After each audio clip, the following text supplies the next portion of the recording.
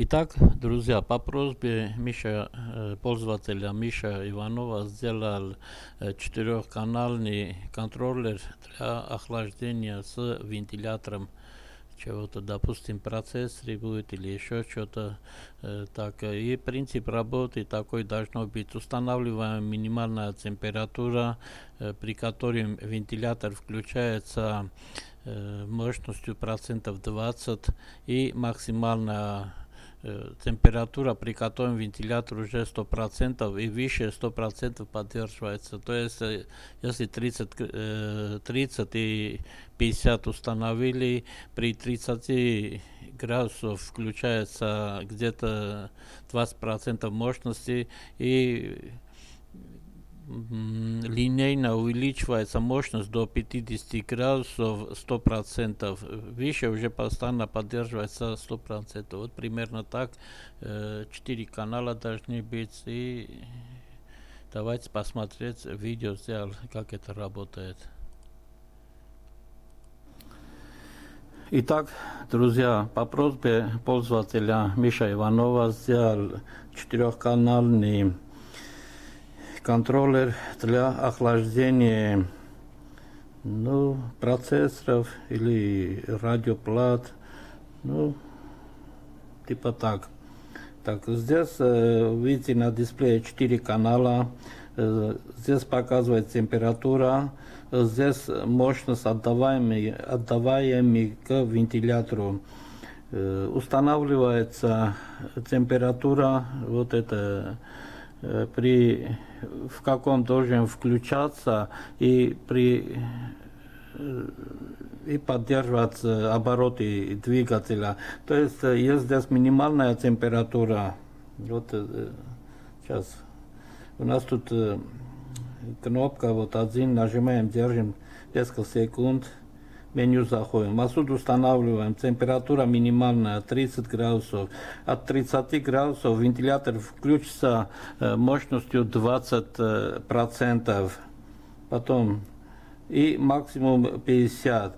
И до 50 градусов линейно будет обороты увеличиваться до 100%, а после 50 будет поддерживать 100% постоянно. Примерно так. Здесь 4 канала, можно увеличить, уменьшить все это. Вот это первый канал, второй, третий, и вот второй максимум. Вот типа так. Отсюда можно это все устанавливать. Выходим. Так. Теперь давайте проверим. Вот нагреваю, вот датчик нагрею паяльником и посмотрим, что произойдет.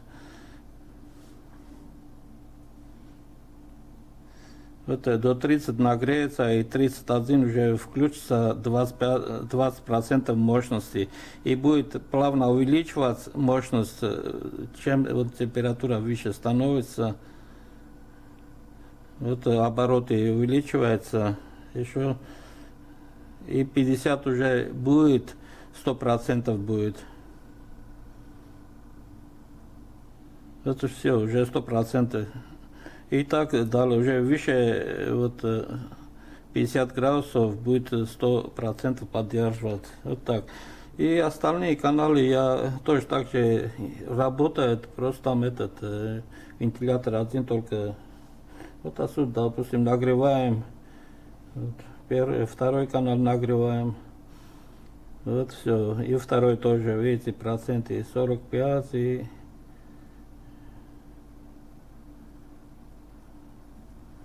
так, и 103 канал.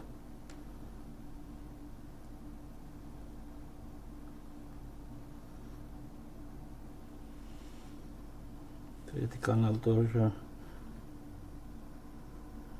Четвертый канал.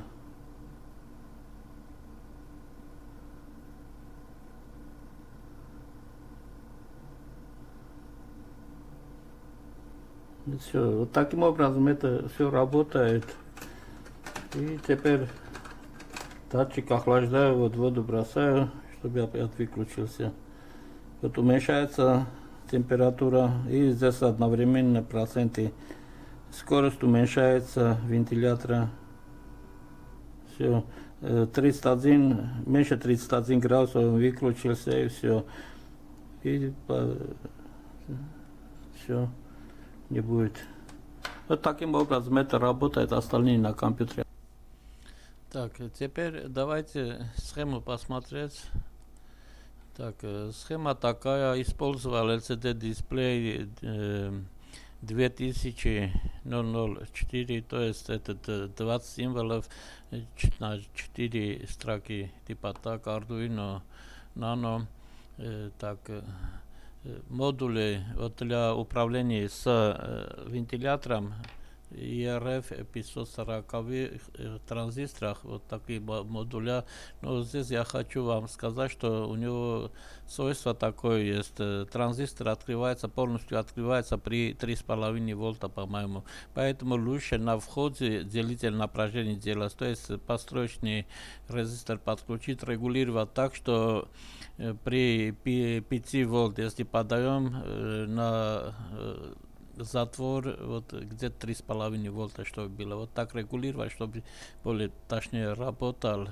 Я так думаю. Вот это надо попробовать просто. Так, ERF 540, ну и другие тоже можно. Здесь 12 вольт подаем для вентиляторов, кулера от компьютера. 4 датчика, TS18P23 кнопки. Первая кнопка, держим 2 секунды, заходим в меню, держим 2 секунды, выходим из меню. И второй, третий данные увеличиваем, уменьшаем. Типа так. Теперь давайте VFL Pro покажу, как это все работает. Первая оплата меню, ну тут ничего такого, обычное меню. Здесь вот это время отсюда нажимаем, держим 2 секунды, отсюда можно время больше, меньше делать. Вот как вам удобно будет, можете поменять. Так, в меню я хотел вам показать. Что, то есть это для каждого канала устанавливаем минимальная температура и максимальная. Так, 4 канала, вот T1, минимальный T1, максимальный 2, минимальный и так далее. Все очень просто здесь. Так, теперь вот эта плата, здесь термодатчики TS18B20. Я хочу вам сказать, что первые вот мои практики сделал так, что вот это то есть автоматически сканирует шину при включении.